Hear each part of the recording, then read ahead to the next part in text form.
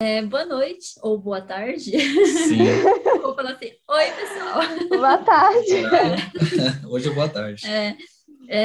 Nós vamos começar aqui compartilhar com vocês sobre testemunhos de pessoas que já participam do nosso pequeno grupo, né, dessa grande família que a gente tem. E hoje nós vamos conhecer um pouquinho da história da Sandy.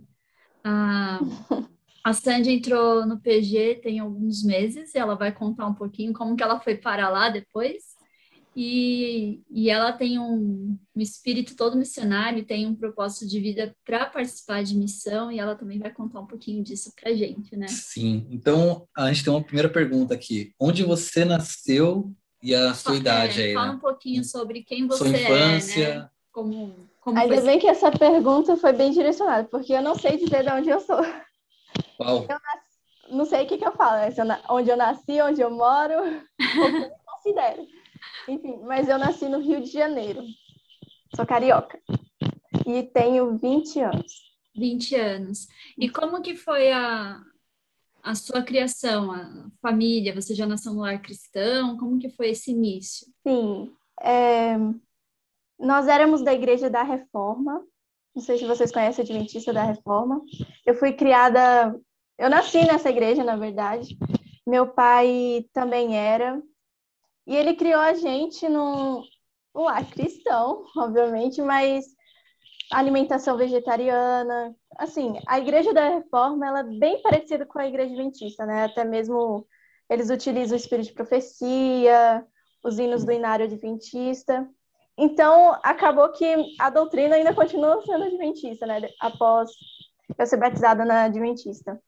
Então, nossa criação sempre foi, assim, voltada à mensagem. Meu pai, ele era obreiro da Igreja da Reforma, então a gente viajava bastante.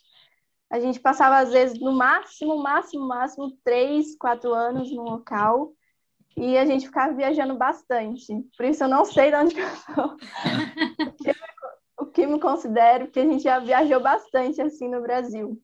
Então, esse espírito missionário vejo desde pequena, né? A gente sempre ia... eu ia, às vezes, com meu pai fazer estudo bíblico. E era assim, distribuir folhetos desde pequenininha. Eu e meu irmão, a Ó. gente ia... Foi Vocês são um basicamente casal? É você e seu irmão? um casal, isso. Meu E, irmão, ele é mais velho.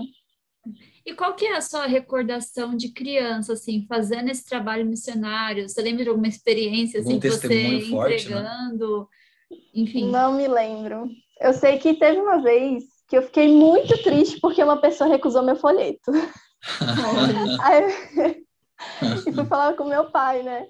Muito triste por ter recusado, mas hoje a gente entende, né? Aham. Exato. Cada um tem seu tempo, né? E hoje você mora com a sua família em Minas. Isso, em Como foram Capitólio. parar aí? Como vocês foram parar aí? Aí uma história bem longa. Depois que a gente se tornou adventista, nós estávamos morando em Belo Horizonte. Certo. Mas vocês eram adventistas da reforma até Isso. então. Até então. Então, Aí como quando que nos foi tornamos... como que vocês conheceram, então, a mensagem da do sétimo dia e mudou para essa nova crença?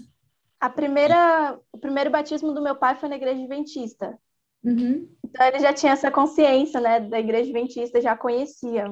uhum. E foi o tempo passando. Eu lembro que às vezes a gente dava uma fugida para a igreja adventista, ia lá, voltava. Tinha uma igrejinha que meu pai cuidava, então era bem raro a gente conseguir sair, né? Mas foi assim, foi de pouco em pouco, né? Meu pai foi estudando, entendendo muito mais sobre a história de tudo, né? Como aconteceu essa separação e tudo. E entendemos que a igreja adventista era a igreja verdadeira, né? Que Amém. não tem outra na profecia, né? Então, se eu me lembro bem, eu acho que foi em 2011, por aí, Ah, que nos certo. tornamos adventistas. E nos mudamos, 10 anos. assim que nos tornamos adventistas, nos mudamos, porque a casa não era nossa, era da Igreja da Reforma, né? Uhum. Perfeito. Aí fomos morar em Belo Horizonte, no Barreiro. Lá ficamos por mais ou menos 4 anos. Depois desses 4 anos, a gente começou a... Meu pai, na verdade, começou a ouvir muitas pregações e ele entendeu a mensagem do campo, né? Aí, após isso, nós colocamos nossa casa para vender e ficou 1 ano nós esperando ela vender. E não vendeu. Aí meu pai falou, vamos assim mesmo, né? Então, na Bahia, nos mudamos para Bahia, onde meu avô mora, o pai da minha mãe. E lá a gente começou a aprender a cuidar da terra. Nós conseguimos meu avô, na verdade, conseguiu uma casa de graça para a gente morar. Então lá a gente começou a aprender da terra, né? Porque até então não sabia mexer com ela. E meu avô, que já morava lá, né?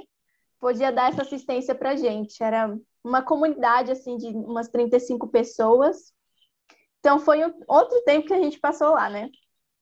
Passamos 3 anos até que nossa casa em Belo Horizonte vendeu. Imagina se a gente tivesse ficado na cidade, né? Esse tempo todinho esperando nossa casa vender. Exato. Então, nossa casa vendeu e nós decidimos sair de lá, da Bahia. Nós não gostávamos muito de lá, né? Enfim. Então, nós chamamos um amigo para ver nossa terra. Antes de decidir sair de lá, né? Nós chamamos um amigo para olhar nossa terra, porque nós queríamos fazer um instituto, né? Uma escola missionária, um centro de vida saudável, algo parecido. Legal. E ele falou que o terreno não era muito bom, não tinha água por gravidade, tinha alguns problemas, né? E juntou com a vontade de querer sair de lá, né? Então ele falou, tem um terreno por lá pro Capitólio para vocês verem. E ele nos trouxe para cá, nos mostrou uns terrenos. Aí nós olhamos, eu estava super animada para sair de lá. Então, nós compramos esse terreno lá. Conseguimos comprar lá. Aí, nesse meio... Foi assim. Nesse meio tempo, a gente ficou morando num chalé, enquanto meu pai construía a nossa casa. Pegaram terrenos cru mesmo, sem casa, né? Aí você foi fazendo benfeitorias, construindo a casa. Enquanto isso, meu pai estava plantando também, para quando ter a casa, já ter coisa para comer, né? Perfeito. Justo. Perfeito. Bem sábio. Quanto tempo demorou para até ele construir a casa, ficar no chalé? Foi bem rápido. Foi, acho que uns 6 meses. Foi rápido mesmo. Nós nos mudamos em 2018. Para Bahia, nos mudamos em 2015. Para Capitólio, no meio de 2018, assim, em julho, mais ou menos. Perfeito. E o clima aí, tá gostando de Capitólio? É um clima bem frio. É muito agradável, porque quando é frio, quando é calor mais ou menos, é bom. Para você que é do Rio da Bahia, né? O calor do Rio também, né? Do Rio também. Você está acostumada com calor, né? Eu já acho aí muito quente. Na verdade, o lugar que eu mais vivi foi em Minas Gerais. Então, eu me considero mineira. Belo Horizonte. Foi o lugar que eu mais morei. Vivi quase uns 10 anos lá, em vários lugares. Certo. E como tem sido a sua experiência depois que vocês mudaram para a região daí de Capitólio e experiência com Deus, assim, espiritual mesmo? Assim, foi para mim excelente, né? Eu conheci pessoas que tinham uma mentalidade mais parecida com a minha, né? Mas eu não fiquei muito tempo. Na verdade, em 2018, eu fiquei apenas esses 6 meses. Eu não tive nem tempo de conhecer a casa. Uau. Na verdade, acho que eu fiquei 2 semanas. 2 semanas na casa nova. Foi aí que começou a minha vida missionária. A partir do momento que eu me mudei para Capitólio. E você lembra de algum testemunho forte que você passou por aí? Testemunho forte? Algo que te impactou enquanto você esteve por aí trabalhando? É que ela falou que ela passou 2 semanas. Então, o que aconteceu depois que você passou essas 2 semanas? Para onde você foi? Como começou essa sua vida missionária depois já saiu da infância, né? Você já era só uma pequena missionária quando criança, pelo que você contou. Eu tinha 17 anos. E detalhe que você estudava, né, na escola, né? E agora você faz homeschool também, né? Então, conta um pouquinho dessa experiência para nós aí. Esse do homeschool, na verdade, eu saí da escola quando tinha 13 anos de idade. Quando nós morávamos na cidade ainda, em Belo Horizonte. Eu estava até conversando com o Ilha sobre isso, na verdade ele falou sobre isso, né? Que essa doutrina, né, da escola hoje em dia. Isso estava me afetando bastante nessa época dos meus 13 anos. Eu queria, na verdade, sair da igreja, não queria mais saber de Cristo. Foi uma época muito difícil, tanto para mim, tanto para meus pais. Aí foi onde meu pai tomou a decisão de me tirar da escola, né? E logo quando ele tirou, acabou meu ano ali de 2014, terminei o colégio em 2014. 2015 já nos mudamos para Bahia, para o campo. Quando eu tinha 17 anos, quando eu estava na Bahia ainda, eu vi o testemunho do Tony Christian, que ele conta o testemunho dele quando ele foi para o Wildwood, e lá ele passou na escola missionária, né? Contou o testemunho dele, como ele foi para lá, e depois ele estava trabalhando na Serra do Cipó. E nisso eu fiquei com um desejo muito grande de participar de uma escola missionária também, né? De conhecer, ter uma vida assim numa escola missionária. Nisso meu pai não queria nem saber que eu tinha 17 anos. Minha filha não sai de casa com essa idade. Aí eu orei muito para o meu pai mudar esse conceito dele, né? Permitir que eu tivesse essa experiência numa escola missionária. E quando o Severino ele estava lá, ele também comentou que todo jovem precisa ter uma experiência numa escola missionária. E isso também me tocou bastante, né? Ele contou a história dele, né? Que ele se converteu na escola missionária. Aí Aí eu consegui me fazer minha inscrição. Meu pai deixou, fiz minha inscrição para a Serra do Cipó. E quando eu me mudei para Capitólio, nós conhecemos um casal, uma brasileira e um chileno, um casal de missionários. Eles vieram passar um tempo aqui e eles contaram sobre uma escola que tinha na Colômbia. E nisso eu tinha conseguido até uma doação, uma pessoa doou um dinheiro para mim ir para a Serra do Cipó. E nisso nós conhecemos, falaram, né? Tipo, teve uma tarde só eles falando sobre essa escola missionária, sobre como os jovens deveriam ir para uma escola. E eu me empolguei bastante. Outro país, outra língua, aí já me chamou mais atenção, né? Sim. Mas meu irmão, ele teve o desejo de ir também. Então, aí eu acabei mudando o meu objetivo de ir para a Serra do Cipó, para poder ir para esse colégio na Colômbia. Aí, como era mais barato, né, o curso, aí a gente achou por bem dividir esse dinheiro que eu tinha recebido para minha passagem e a passagem do meu irmão. Perfeito. Meu irmão, até então, ele não tinha desejo de ir para nenhuma escola missionária. Aí, quando ele surgiu esse desejo nele, eu falei, opa, vou levar ele também. Vamos junto. Aí seus pais, nossa, não é uma filha que eu vou perder, dois de uma vez. Dois de vez. Mas, para o consolo deles, foi um casal de amigos nossos também. Jovens também, como nós, que até hoje nós somos amigos. Inclusive, eu estou na casa dela hoje. Ah, que legal. E até hoje nós somos amigos, né? E eles foram também. Então, os pais ficaram juntos aqui se consolando. Mas foi mais ou menos isso. Foi coisa de Deus mesmo, como foi bem rápido. Foi mais ou menos setembro, se eu não me engano, agosto, setembro, que nós ficamos sabendo dessa escola. Em janeiro, a gente já estava viajando para lá. Uau! E tem uma pregação do Davi Gates, que é o tio Davi, né? Chamada Arriscando Tudo, né? E aquela pregação também chamou muito minha atenção, né? Porque é o que ele falou, os filhos missionários, eles crescem culturais, né? Várias culturas, várias línguas também, né? Então eles crescem mais envolvidos até, né? Pela experiência que eles têm, né? Que eles passam. E você se atirar na mão de Deus assim, realmente colocar a fé em prática, né? Isso é muito, muito legal, né? Imagina as bênçãos que você vê, os milagres que você vê acontecendo, né? É lindo. Realmente, fala quando você fraqueja na fé, olha para trás, né? Não se esqueça como Deus tem te guiado, né? Isso é muito importante. Exato. Esse é o segredo. Esse é o segredo, sim. Esse é o segredo. E o pequeno grupo, como é que você chegou a conhecer o nosso pequeno grupo? Como que foi essa... Foi assim. Chegou até nós. Depois que eu me formei na Serra do Cipó, isso depois que eu voltei da Colômbia, aí fui para a Serra do Cipó, consegui Você cursou quanto tempo na Colômbia? Eu fiquei de janeiro até dezembro. Um ano, praticamente. Um ano inteiro. Aí você voltou, ficou uma na verdade, semana eu fui no casa. final de janeiro. Brincadeira. Voltou. Eu falei assim, aí você Foi voltou mais ou da menos Colômbia. isso. Ficou uma semana na sua casa que você ainda não conhecia direito e foi para a Serra do Cipó. Mas foi exatamente isso. Foi 2 semanas. Eu cheguei na Colômbia 1º de fevereiro, nós saímos dia 30 de janeiro. Chegamos dia 1º de fevereiro e eu voltei dia 11 de dezembro para o Brasil.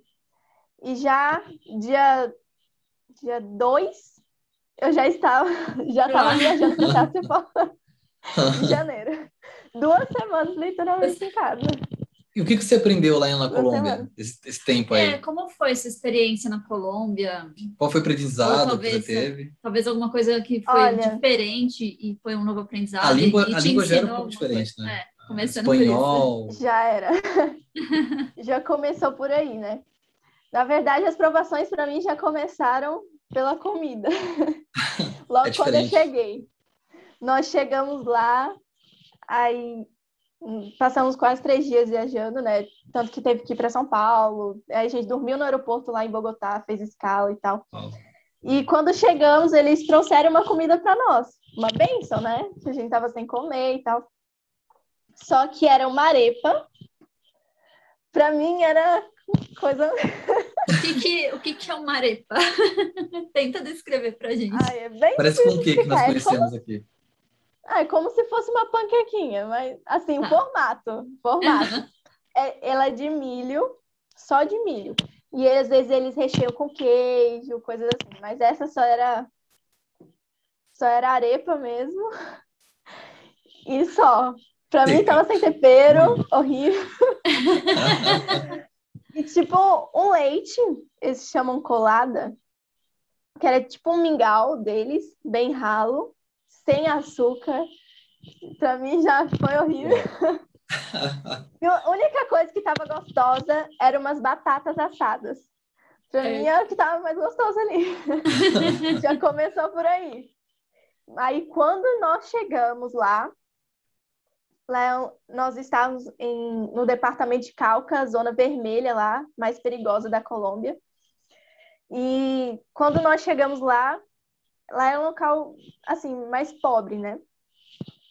Chegamos lá, eu pedi para tomar banho, né, em português. Na verdade, ela não entendeu, nem eu entendi nada, mas tudo bem.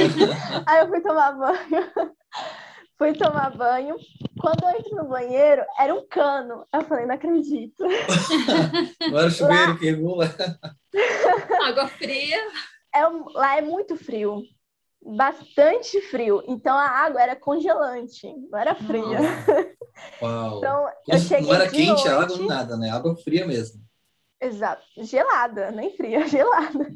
Cheguei lá na sexta de noite, tive que tomar aquele banho gelado, saí tremendo. Uau. Daí eu e minhas amigas fomos separadas, né? Cada um em um quarto. Nós queríamos ficar juntas, né? Mas uma vai para esse quarto, outra vai para essa, outra vai para essa.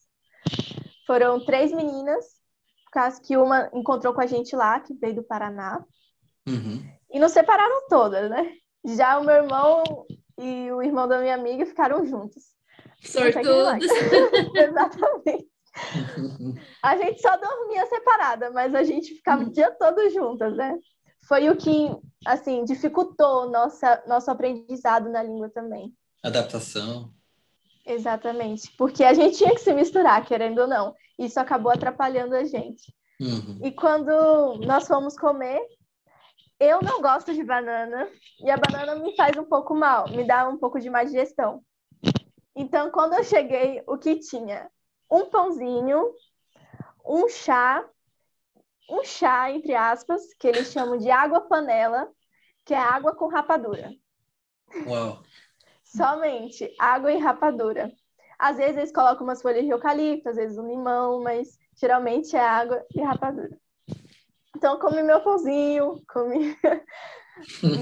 tomei meu chazinho e fui dormir. Não comi, deixei para as meninas.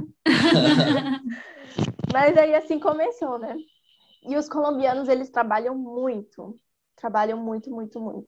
Então, como a gente não era acostumado naquele ritmo deles, né? A gente pelejou um pouquinho para se acostumar. Nós chegamos, no domingo já fomos para a horta, né? Lá todo mundo que chega, primeiro local, departamento que vai é a horta. E aquela horta eu não sabia, mas depois foi o meu canto de oração, de choro, de Uau. tristeza, porque eu queria voltar para casa. Foi uma luta constante para mim. Meu pai dizia que ia durar somente 3 meses, que o tempo de adaptação, mas para mim foi muito mais longo que isso. Eu fiquei lutando, Cara, com vontade de voltar para casa. E até um texto que a minha amiga leu, um dia ela estava pregando, ela leu, sobre o livro Educação, no livro Educação, que fala sobre Eliseu, que ele não voltou para trás, ele tinha aprendido na casa dele que ele não poderia voltar para trás. Depois que ele pegasse o arado, não tinha como voltar para trás mais. exato. Isso me tocou bastante, né? E várias vezes, né? Ele foi mandado voltar para casa, mas ele escolheu ficar, porque ele tinha aprendido isso, né? Exato. Das coisas simples da vida na casa dele. E isso me tocou bastante, né? Mas então foi passando tempo, eu fui me acostumando com aquele local e já não queria sair mais, né? Olha, Mas uma coisa que me marcou bastante na Colômbia é a situação dos venezuelanos, que foi nossa obra missionária lá. Quando nós chegamos, já aquela escola, eu acho, há mais de 20 anos, né? Que ela existe, mas não tinha obra missionária. Então, essa minha outra amiga é Yara, ela é do Paraná. Então, ela sempre comentava com a gente, nossa, a gente precisa fazer alguma coisa, né? A gente não pode só ficar engordando espiritualmente e não partilhar o que a gente está aprendendo. boa frase. Foi aonde que a gente começou a fazer um trabalho missionário. Então, todo sábado à tarde, nós fizemos umas pesquisas nas ruas também, e nós vimos a situação dos venezuelanos. Então, começamos a preparar comidas para eles, toda vez. Então, era uma marmita de comida que eles gostavam. Arroz com caraota, que é Carol? arroz branco com feijão preto. É a Sim. comida típica deles. E a Interessante. gente colocava, às vezes, uma saladinha, alguma coisa mais para eles, né? Mas tinha então uma comunidade venezuelana lá, né? Não, na verdade, É na divisa? os venezuelanos, eles ficam migrando. Eles estão Tá. fugindo do país, né? Sim. Então, todos os dias você vê venezuelanos caminhando com as coisas. E o triste é que, muitas vezes, na metade do caminho, eles são roubados, são agredidos. Muitas vezes a gente teve que tratar de corte de facão, que um deles Uau. foram agredidos. Pessoas com os pés inchados, de tanto caminhar. A gente encontrava pessoas mais de 20 dias caminhando. Eles se localizavam mais no Equador, né?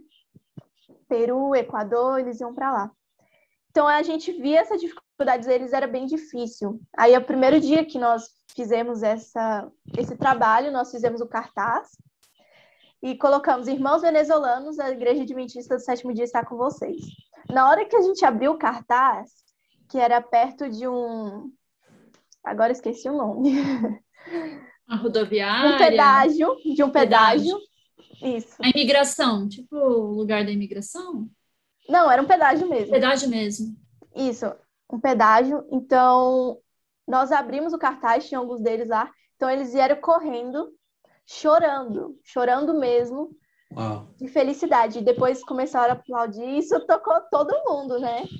Com isso, a gente deu alguns produtos higiênicos para eles. E eles ficaram muito felizes. Então, isso foi a nossa rotina todo sábado. Às vezes, nós trazíamos algumas famílias para a fundação, para eles tomarem um banho, para eles dormirem, para no outro dia continuar a viagem deles, né? Nossa, que bênção, viu? Que missão que vocês fizeram lá, viu? Que lindo. Para eles foi uma coisa incrível, né? Porque eles não esperavam por aquilo, né? Teve um conforto Isso. aí, né? Agora teve um que me marcou bastante, até hoje eu lembro disso, que nós já estávamos voltando e tinha sobrado umas marmitas ainda. E já estava bem de noite e encontramos um grupo bem grande de venezuelanos. Aí a gente parou ali, deu comida para eles, convidamos eles para irem para lá. Aí ficamos esperando uma caminhonete que vinha buscar eles, né? Enquanto isso, eu fiquei conversando com uma menininha, né? Que tava lá, ela parecia meio tristinha. Então, eu comecei a conversar com ela. E ela contando, né? Eu perguntei, como é que você tá? Você tá triste? Ela, não, tô cansada. Tava bem cansada a bichinha. Tinha muito tempo que eles estavam caminhando, Andando. né? Andando. E eu ficava pensando, né, naquelas crianças, perderam a infância, né? Que as pessoas às vezes deixavam carro, casa, deixavam tudo. Tudo, abandonava e saía, né? E conversando com essa menina, ela falou assim, eu não quero mais que peguem a faca para minha mãe. Nossa. Então, ela já cresceu com esse trauma, né, de serem ameaçados. E quando o trator chegou, eles foram levados e eu fui, né, com a van que a gente estava, né? E no outro dia nós dormimos, eles foram levados para o local que eles iam dormir. Mas no outro dia eu fui buscar por eles, né? Que eu falei com a menininha, amanhã você vai brincar. Amanhã você tira o dia para brincar com as crianças que tinham lá, né? E ela tinha me pedido uma Bíblia. E eu tinha prometido que ia dar uma Bíblia para ela, né? Mas no outro dia que eu fui buscar por eles, eu soube que nessa mesma noite, no dia anterior, né, que eles tinham ido para lá, eles pediram para voltar. Por quê? Essas pessoas, elas vivem com medo constante, né? Então, nós tínhamos uma casa em construção lá.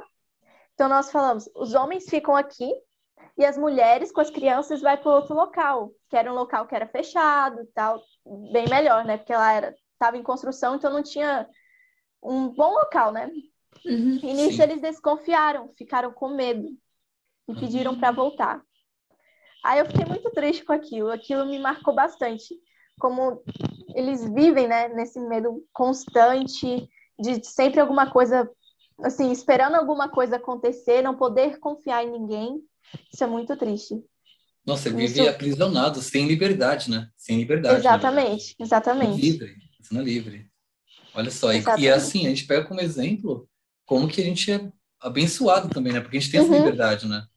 Eu tive uma experiência quando eu fui menor, né? Que fui para os Desbravadores, e eu fiquei uma semana no acampamento, né? E eu nunca havia dormido numa barraca. E ficou chovendo, chovendo todos os dias. De manhã era a ordem unida debaixo do sol, e à noite chovia, né? E banho frio também e tal, né? E aí foi quando eu comecei a dar valor para as pequenas coisas que eu tinha, que eu nem ligava. Um chuveiro quente, um teto, uma uhum, cama. Então fica um aprendizado de vida que você pode estar mais maduro, ganhando mais recursos, mais dinheiro, mas você se mantém ainda naqueles princípios, né? Você não fica uhum. ostentando nem nada. Por quê? Você dá valor às pequenas coisas também. E você tenta ajudar o Exatamente. máximo possível, porque você sabe um pouquinho como que é, né? Então, isso é bem incrível, né? A forma também que você tem esse foco aí missionário, né, de ajudar os próximos, realmente ser um dom que vem de Deus, né, não é uma coisa que nasce na Amém. gente, né, querer ajudar o próximo. A gente, na verdade, é muito individualista, né, e não querer compartilhar, a gente vai aprendendo com o tempo a compartilhar, né. A gente sabe que quando a gente faz isso, o feedback, ele é muito mais positivo que qualquer rios de dinheiro ou bens materiais, né. Isso não tem preço, É porque verdade. são almas, né, são almas. E o seu alvo não está Todos, aqui na Terra, está lá na todos eternidade. somos candidatos ao céu, né? E a gente esquece que não é só a gente que tem o privilégio de estar estudando a Bíblia que é candidato ao céu. Mas Exatamente. todas essas pessoas com quem a gente tem contato, aquela pessoa que Sim. está dormindo na rua, infelizmente, essas pessoas que estavam migrando de um país para o outro por conta das condições, né, da crise que estava acontecendo no país, todos eles estão buscando algo Uma melhor para a vida esperança, né? deles, né? Uma Uma esperança. esperança. E E a você gente era a tem, esperança né? para eles naquele momento, né? Exato. Vocês eram a esperança para eles naquele momento. Era o próprio Cristo, né? Isso é muito, muito bonito. Mas é algo que é o que nós temos que fazer, né? A Drica tem uma frase que ela leu que é assim que nós confirmamos nossa fé, né? As Ela obras, elas dizem se a nossa fé é é genuína. genuína.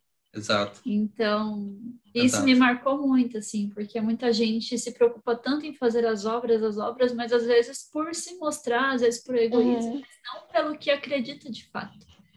E eu imagino a fé como se fosse uma árvore, a fé como se fosse o tronco a toda árvore, e as obras são os frutos que dão. Eu fiquei com essa imagem na minha cabeça e nunca mais Sim, tirei. sim. Porque realmente a gente não é salvo pelas obras, né? É um dom gratuito. Só que no nosso ser, nossas obras, a gente acaba confirmando, né? a nossa crença. É porque eu sou salvo, né, que eu pratico isso, e não para receber a salvação, mas porque eu já É o recebi. contrário, exatamente, É exatamente. verdade. E E como que foi? Depois, você passou, então, um ano, teve essa experiência com os venezuelanos. Quando chegou o momento, não, agora é o momento de eu ir embora. E quando Na chegou, ainda verdade, foi para a Serra do Cipó. Né? me formei e agora.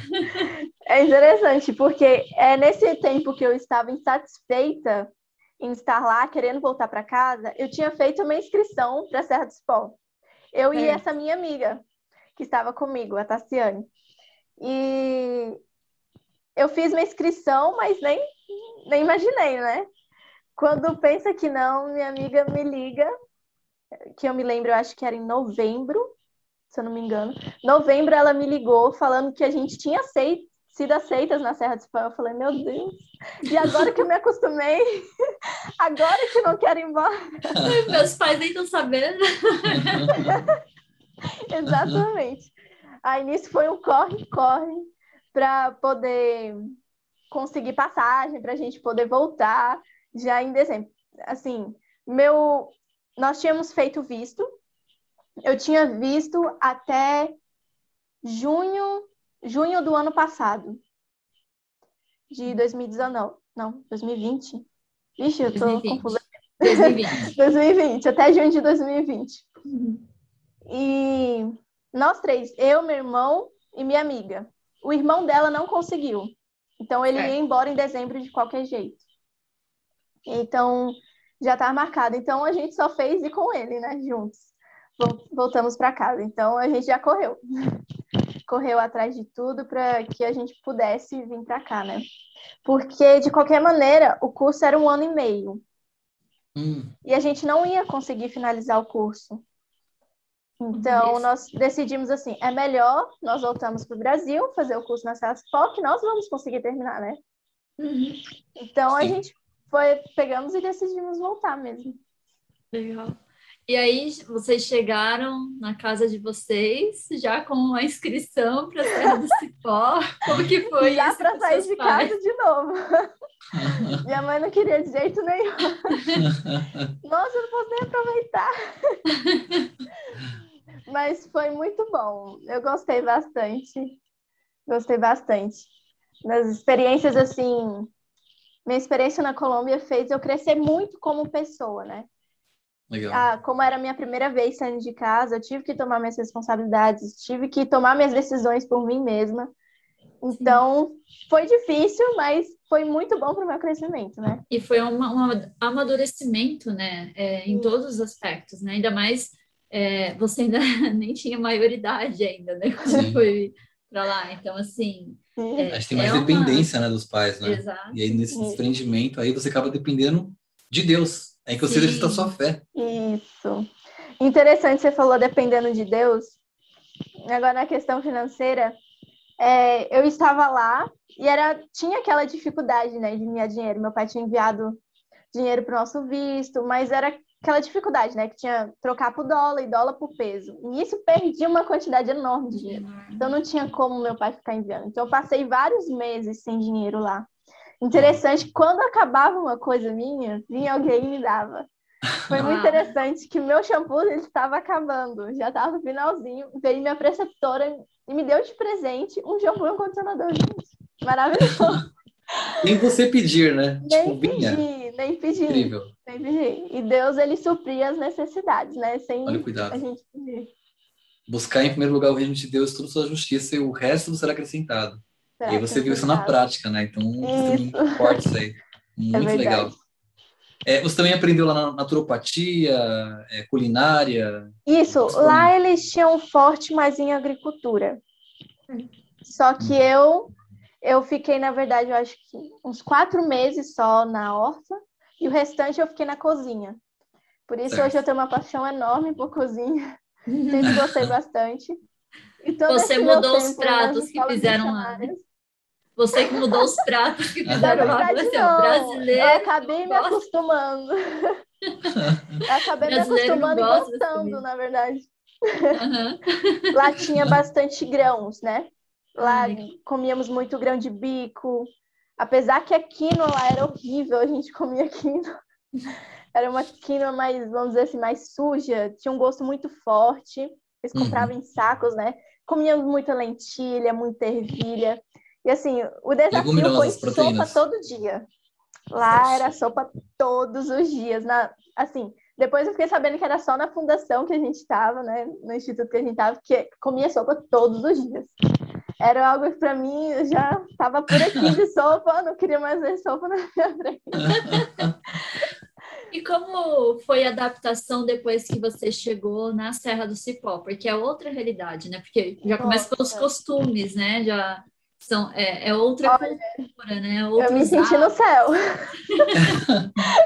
Era uma outra coisa, chuveiro quente, máquina de lavar, porque lá nós não tínhamos, na Colômbia a gente não tinha muito horário livre. Na verdade, a gente saía de madrugada, eu saía umas 5 horas para a cozinha, e saía 3h30 da cozinha e ia direto para a aula. 3h30 às 6 as aulas. Aí eu ficava lá, e de lá para casa das meninas, né? Então não tinha tempo. O tempo que tinha era no domingo, à tarde, depois que fez tudo na cozinha. Aí tinha tarde para lavar roupa. Assim, podia ser para outras coisas, né? Mas tínhamos que lavar roupa. Depois eu pensei melhor, vi como as outras meninas faziam, lavava um pouquinho todos os dias. Para não ficar carregado no domingo, né? Aí, quando cheguei na Serra do Cipó, era outra coisa, né? Máquina de lavar, chuveiro quente, comida do Brasil, Hotel 5 bastante estrelas. fruta, muita fruta, porque na Fartura, Colômbia a né? gente não comia fruta. Assim, só tinha banana e eu não comia. Uau. E as frutas que dava eram um pedacinho. Era uma dificuldade que eles tinham lá de comprar fruta, né? Que era muito caro. Mas aí chega na Serra do Cipó, aquela abundância de fruta. Eu falei, como céu.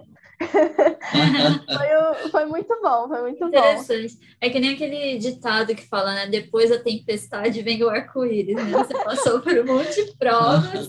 Até mesmo a recepção do povo brasileiro é É diferente. diferente. Porque, assim, apesar que a gente viu um contraste de umas coisas, né? O povo colombiano, ele é bem amável.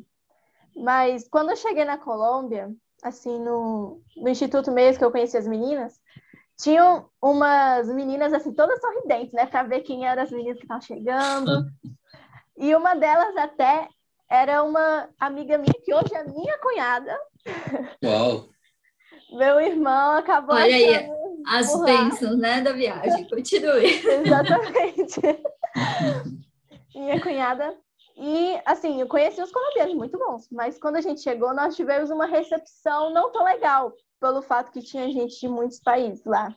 Tinham peruanos, equatorianos, tinha gente que chegou para minha amiga, né, dizendo, nossa, eu não gosto de português.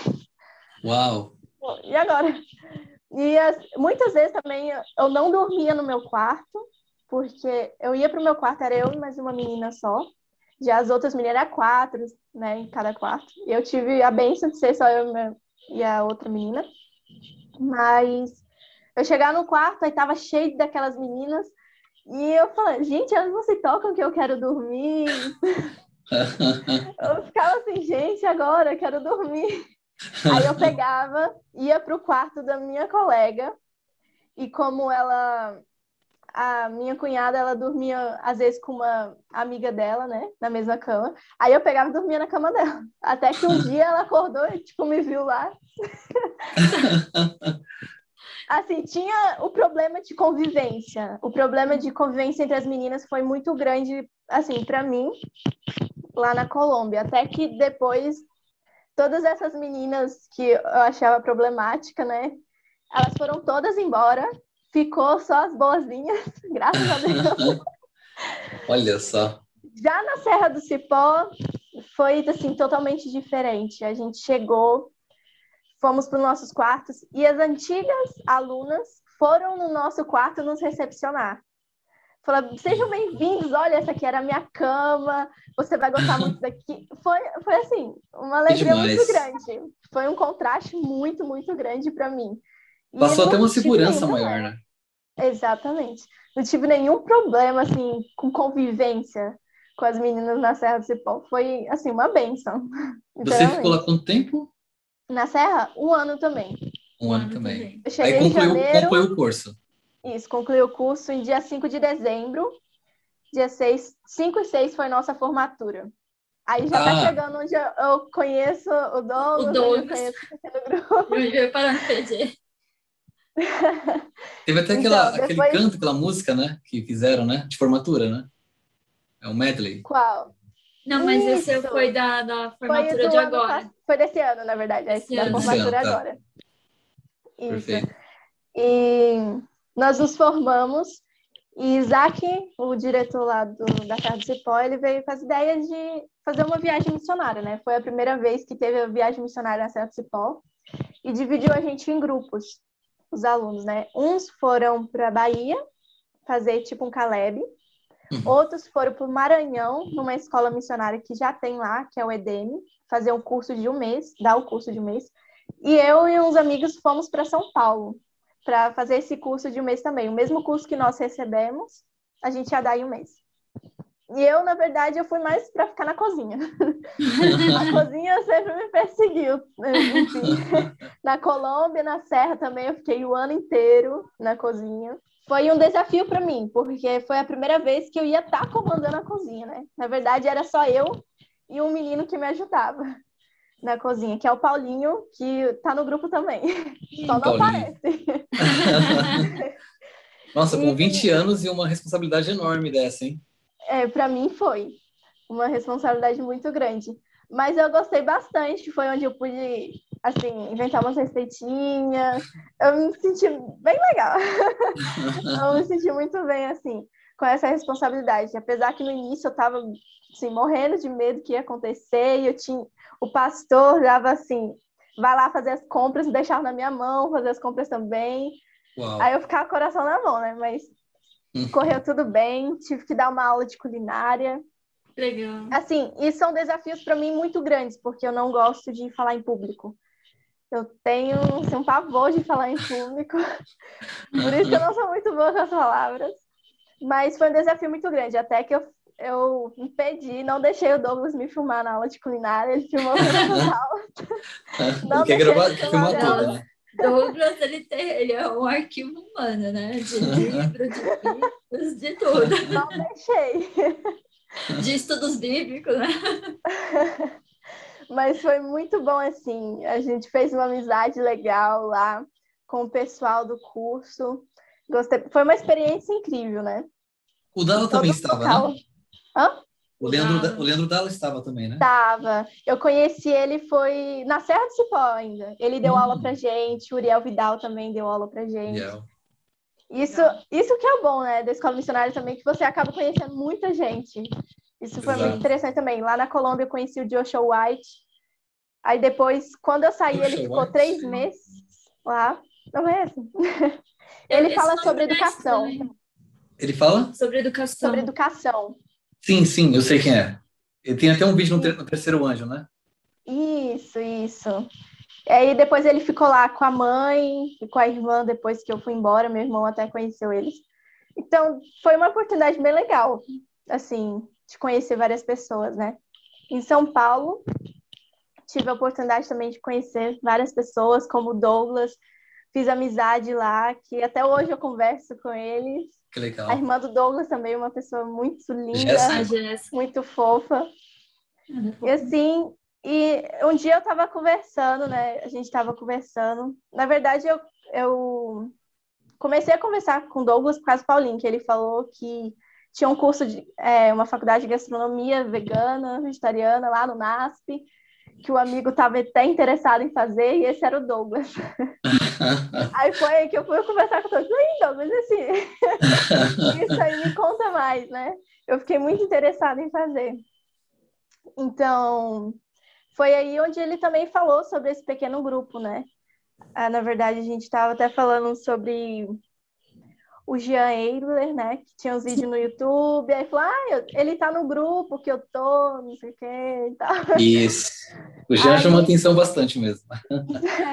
Já acompanhava ele faz um tempão, né? Assistindo os vídeos. Eu falei, conheço, que legal.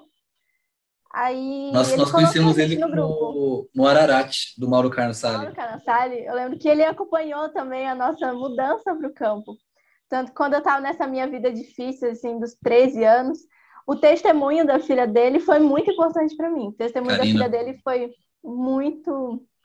Foi a muito Mariana, forte. na A verdade. A Mariana, da Mariana, A outra, ah, a que sim. mora Mariana. fora. Isso.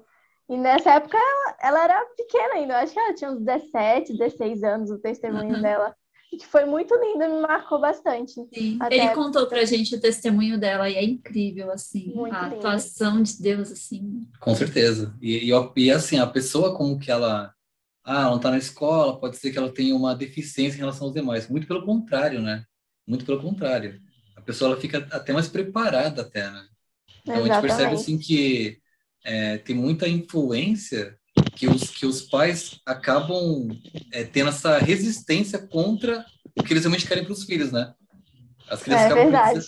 como você falou, na escola você tinha uma outra cabeça, quero sair, quero conhecer e tal, por causa daquela influência que estava ao seu redor, né? Uhum. Então isso É realmente é verdade. prejudicial, né? Nos primeiros anos de vida a gente percebe o quão prejudicial é isso, né? Mas aproveitando esse gancho, você saiu da escola com 13 anos.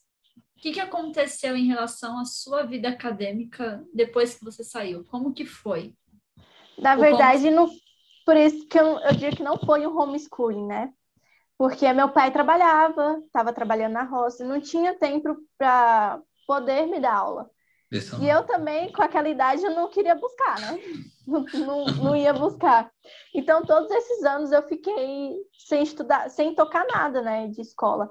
Mas o bom é que a gente sempre teve contato com livros. A Uhum. gente sempre gostou de ler em casa. Meus pais sempre incentivavam a leitura. Então, a gente lia bastante. Desde pequena, a gente lia. Meu primeiro livro eu li com 7 anos. 7 E eu anos. gostei Uau. bastante. Então, a gente sempre teve costume de ler. Então, assim, não é que eu parei de estudar e fiquei burra. Eu sempre tive contato com o conhecimento, né? Com livros e tudo. É um conhecimento mais prático do que teórico, né? Muita coisa a gente aprende e acaba não sendo, né? Exatamente. Eu ia Conhecimento para a horta prático. com meu pai, Isso. a gente fazia comida em casa, minha mãe sempre foi de cozinha também. As coisas que eu sei fazer de cozinha eu aprendi com meus pais. Meu pai cozinha bem, minha mãe cozinha muito bem.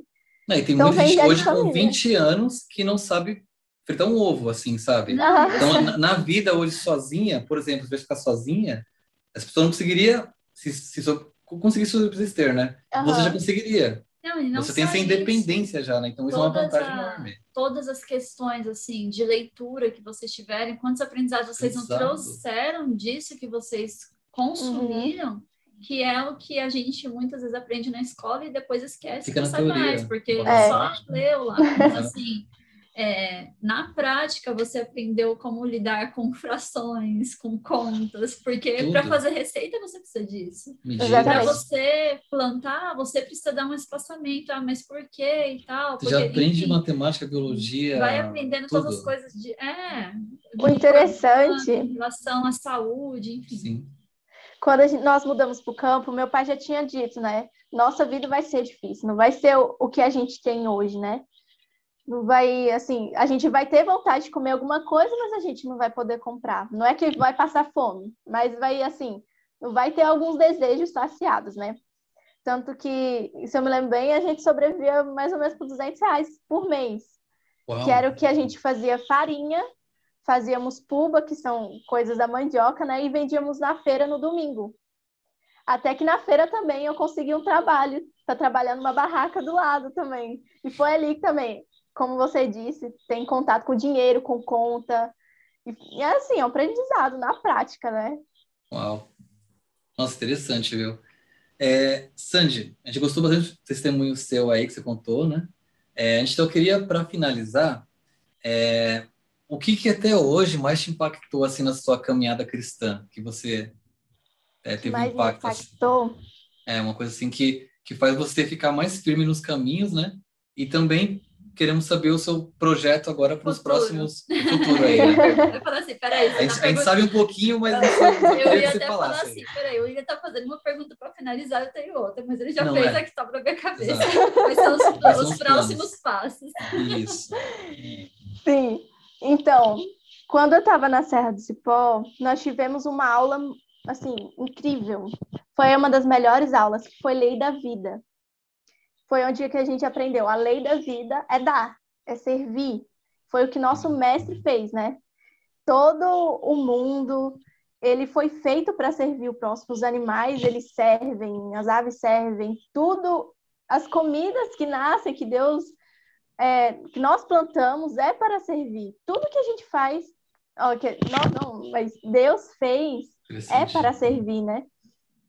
Então, é isso que até hoje fica na minha mente. E lá nós tínhamos também que decorar um verso por semana. Nós decorávamos um verso. Toda a turma o mesmo, né? E teve 2 versos que ficaram muito na minha mente, que até não ter aqui, 2 Coríntios 2, 12, 15 e Atos 20, 24. Posso ler? Pode, por favor. Na verdade, vou falar mais rápido. Que é o de 2 Coríntios 12, 15 eu de muita boa vontade gastarei e me deixarei gastar pelas vossas almas, ainda que vos amando cada vez mais, eu seja menos amado. É um verso muito lindo de Paulo, e tem um outro também de Paulo, que é de Atos 20, 24, mas de nada faço questão, nem tenho a minha vida por preciosa, contanto que cumpra com alegria a minha carreira e o ministério que recebi do Senhor Jesus, para dar testemunho do Evangelho da graça de Deus. Esses 2 versos sempre ficaram na minha mente, né? E é isso que me faz, assim, querer buscar, né? Continuar na missão, continuar servindo mesmo. E os próximos planos... Os próximos planos... Uma amiga estava até falando, você não acha que já fez curso demais? Mas aprendizado nunca é demais, né? Mas realmente eu tinha comentado com ela na Serra do Cipó que eu estava já enfadada, né? Eu queria fazer alguma coisa. Mas graças a Deus, depois disso eu quero fazer alguma coisa mesmo, né? Estar realmente firme na missão, né? Porque, na verdade, missão não é aquilo que você faz esporadicamente, né? É uma vida, né? Mas eu queria estar, assim, em contato, né, com as pessoas, para poder auxiliá-las. Assim, isso fortalece nossa fé, né? Quando nós nos isolamos, realmente, nossa fé realmente vai cair, né? Esfria. Então, é um curso de 10 meses da Escola de Imersão, que vai ter lá no Instituto de Missões Noroeste. E lá vai ser um curso de 10 meses. É aqui no Brasil. Isso, aqui no Brasil, lá no Amazonas. Por isso que chama Escola de Imersão. Que você vai estar nesse local, porém vai ser proibido falar português. Lá a gente vai ter mais de, assim, 2.400 horas de inglês e transculturais, porque, assim, nos primeiros 3 meses, no terceiro mês a gente já vai saber para qual país que nós vamos servir, especialmente os países da Janela 1040. A gente já vai saber qual país que a gente vai. E isso vai ser trabalhado com a gente, sobre a cultura, o que a gente vai fazer lá, para a gente não chegar lá, o que eu vou fazer? E também aquele choque, né? E lá a gente vai estar aprendendo inglês também, porque é uma dificuldade que muita gente tem, que quer ser missionário em outro país, mas não tem essa outra língua, né? Perfeito. Que assim, é muito importante o inglês, né? E não tem essa outra língua. Então, eles abriram essas vagas para esses jovens para poderem, né? E Deus abençoou por instrumentos maravilhosos, para que eu pudesse fazer parte, né, desse curso. Legal. Amém. Já deu notícia pro seu pai e pra sua mãe já também? De novo já queria ir embora? Ai, eles não gostaram nada disso. Nada. Eles têm, seus pais, acho que vão começar a cair a ficha que eles educaram muito bem os filhos dele. Para serem missionários. Porque, assim, o que o seu pai já foi a vida toda, né? Que era um obreiro. Exatamente esse mesmo caminho que vocês estão seguindo, né? E pelo que você contou da sua experiência. Então, você continuou a trilhar. O seu pai não deixou de ser obreiro, mas agora tem mais um raminho que saiu dele, ele que vai curtindo o trabalho, sabe? Até hoje ele tem um espírito missionário ainda. Amém, glória a Deus. Então, assim... E a direção para a Janela 1040, eles mesmos vão fazer esse processo para você ir para algum país? Como é que funciona esse depois aí? O Instituto de Missões, ele vai estar trabalhando junto com o SVA, que é o Serviço Voluntário Adventista. Aí eles vão preparar esses jovens para suprir essas vagas que tem desses serviços voluntários, né? Então, eles vão estar ajudando também com o processo de tirar o visto e tudo Isso. mais. Legal. Nossa, a gente deseja muita boa sorte para você lá também, né? Que você cresça Muito espiritualmente obrigada. aí, sua fé Amém. venha aumentar, a confiança em Deus também, e que você seja uma luz Amém. onde você for, né? Amém. Você tem sido um Amém. PG também, né? Para nós aí, inspira nós na sua vida aí, essas decisões que você tomou tão nova assim, Sim. tomando Amém. decisões não egoístas, mas viver para os outros, né? Como você falou, a lei da Amém. vida, né? A lei da vida. A gente é Amém. criados para ajudar a pessoa alheia, não ficar individualista, né? E hoje, atualmente, o pessoal está muito individualista, né? A Drica e eu tenho um Ah, choque quando a gente sai da cidade e vai para o campo, né? A gente mora em apartamento verdade. e dificilmente a gente conversa com o vizinho, porque eles são muito fechados. Mas são apartamentos, tem vários aqui. No Por campo, rotina também, né? Porque cada um tá dentro da sua rotina, então não Sistema, se né? encontra. E depois da própria quarentena, no começo, os horários tipo, de ficar livres nos lugares incomuns estavam tudo fechado, então você tinha que ficar dentro do seu apartamento. Agora que está aberto, todo mundo acostumou a ficar dentro do seu apartamento, então sim. não tem esses encontros. Então a Até gente mesmo no elevador, quando você encontra no elevador, você puxa uma conversa, a pessoa fica meio monossílaba, sabe? Aí você fala, nossa, Aham. e a gente quando vai no campo, a gente encontra uma pessoa que a gente nunca viu na vida, a pessoa conta a vida inteira, conversa, quer ajudar, mas nunca O viu. mineiro, ele é assim. Bolinho, tomar um chá, entra aqui em casa. E para nós Nunca isso é vi estranho, você. né? Para nós isso é estranho, né? Eles deixam a Aham. porta aberta, a chave na ignição. Eu falei, não é normal, mas para eles não é normal como a gente vive, né? A gente vive tudo preso, né? Então, assim, sair Exatamente. das cidades para o campo, realmente a gente percebe cada vez mais que essa mensagem é uma mensagem muito divina, A né? gente só enxerga que É a gente verdade. não tem liberdade quando a gente sai daqui. Exato. Porque a gente acha que tem liberdade. Porque Exato. quando É você está na verdade. cidade, você tem tudo a seu dispor. Então, já aconteceu uma situação da gente vir da casa dos pais do William e a chave ter ficado lá. E eu não levei a minha chave. Ele chegou aqui, como é que vai entrar em casa? Sendo que era longe. E aqui na cidade, você vai o quê? Era domingo. Não, liguei para um À chaveiro, tarde, foi no chaveiro ali, trouxe ele aqui, abriu e acabou. resolvido. Se fosse numa outra situação, assim, não Teria que tem arrombar a como. Bem porta para complicado. entrar pelo jeito, se fosse no campo, né? Mas essas experiências, assim, né? Então a gente fica muito dependente muito do que nós temos e esquece da presença de Deus, né? Exato. E no campo você depende mais de Deus. Meu irmão tá passando por isso, né? Ele tá indo pro campo agora e ele já tem uma experiência muito rica, né? Com Deus. Ele fala assim, nossa, a gente depende muito de Deus e ele tem suprido de uma maneira incrível nossas necessidades, né? Realmente. Mas a gente também tem que tomar cuidado, porque às vezes a gente sai da cidade e a cidade não sai de dentro de nós, né? Isso. Que eu lembro, hoje mesmo eu estava falando no culto, na escola sabatina, sobre o povo de Israel, né? Eles saíram do Egito, porém o Egito ainda estava neles. Eles tinham ganhado a liberdade, porém para eles o que eles estavam vivendo era escravidão, né?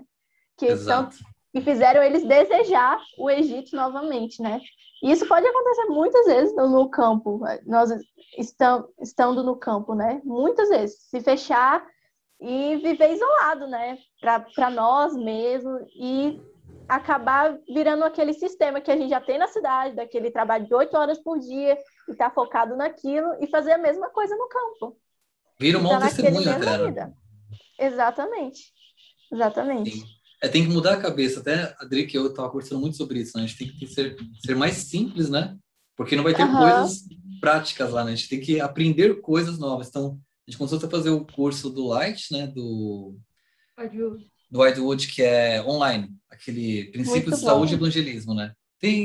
É praticamente como se fosse um introdutório do que tem na Serra do Cipó, desses cursos, assim, de evangelismo, né? Só que ele é muito teórico, não é prático, né? Então você tem que fazer a prática aqui, né? Você tem que fazer a prática por conta, né? Online. Tipo, vai colocar escalda-pesca, vai pegar água quente fria, coloca o pé, que você sentir. A gente já usou algumas coisas do que a gente aprendeu lá. Sim, deu muito resultado. Então, assim, graças a Deus aí pela sua vida, a gente está muito feliz aí também. Amém, glória a Deus. Espera que Deus possa nos ajudar também, a todo momento poder ajudar outras pessoas assim como você. E quando é que você vai viajar? Olha, tá marcado pro dia 26. 26. Dia 26 agora. Foi, assim, bem rápido, coisa de um dia pro outro, assim. E era até ontem na resposta, Eu já tô aqui pensando aqui, assim, não, porque depois que ela passar pelo menos 3 meses lá, já vou falar com ela, não, conta aí como é que tá sendo a experiência. Vai ser muito legal, vou contar sim. Vai ser muito bom. Sandy, você queria dizer mais algum? Tem alguma coisa que estava na sua mente que você também queria dizer? Alguma mensagem, alguma coisa de tudo que você aprendeu na sua vida, assim, e o que ficou, Algum né? recadinho pro pessoal? Eu sei que o texto que você separou, eu acho que é o que mais te marca, né? E o que é o que te guia até hoje, mas fica aberto a dizer o que está no seu coração. Na verdade, o que eu tenho aprendido até hoje é sobre a misericórdia de Deus, né? Que mesmo nós sendo pecadores, errando todos os dias, Ele ainda tem essa misericórdia por nós, né? Esse amor por nós, que é o que, na verdade, nós devemos ter pelo nosso próximo, né? Se a gente recebe dele, nós devemos compartilhá-lo. E é interessante que nós só vamos compartilhar ele também se nós estivermos recebendo da fonte da vida mesmo, né? Muitas vezes nós queremos saciar nossos desejos, nossas vontades com cisternas rotas, né? Que não retém água. E isso acaba, assim, nos frustrando, né? Mas Deus, Ele mesmo pode suprir nossa necessidade, né? Ele é o manancial de águas vivas, Ele pode suprir essa falta que nós temos. E juntamente com isso, quando nós estamos cheios, nós podemos transbordar e ser luz para outros também, né?